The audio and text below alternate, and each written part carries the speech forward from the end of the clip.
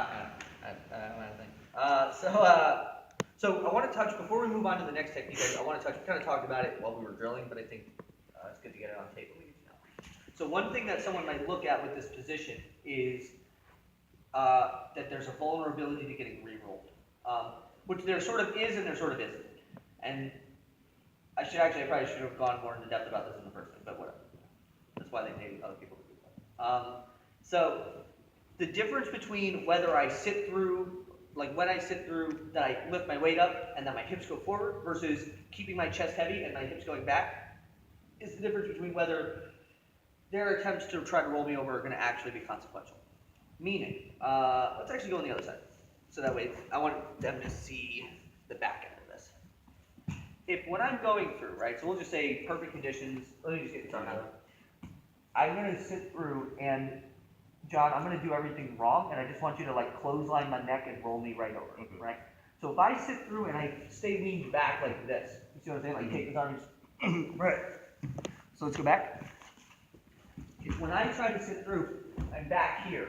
Like you feel how easily you can bridge me over, right? So the moment that they're most likely to actually re-roll you is the moment where you actually do the immediate moment that I sit through, right? Meaning, like, just to show the difference, as I sit through, roll me over.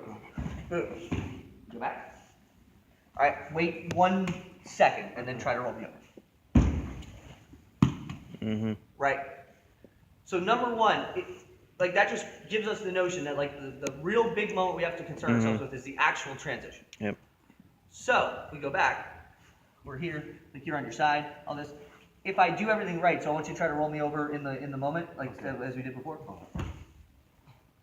You feel like you just hit a wall. Yeah. So the difference there is my hips being behind me, Yep. and my chest staying close. So the first thing is, in terms of the re-roll, I only really have to concern myself with it right away, and then I have to concern myself with a big disengagement. So let's say I have the position, I'm here, and John here just decides to completely disengage his feet, post his feet on the floor, and do a big bridge, right? And where he, there is a potential that he can get out of here. But as long as I have this pant leg, I'm pretty solid here, because like, let's say you have your legs locked up, let's say it's over the knee, right?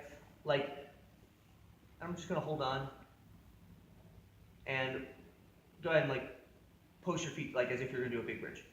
Like I can feel that is happening. So say we go back.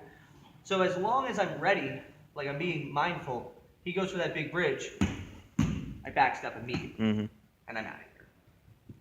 So it's one of those things where in terms of the re-roll, there is a degree of susceptibility to it if I fuck up and make every possible mistake en route to this position. But as long as I dot my I's and cross my T's, as long as I'm maintaining chest pressure, my hips are behind my shoulders, I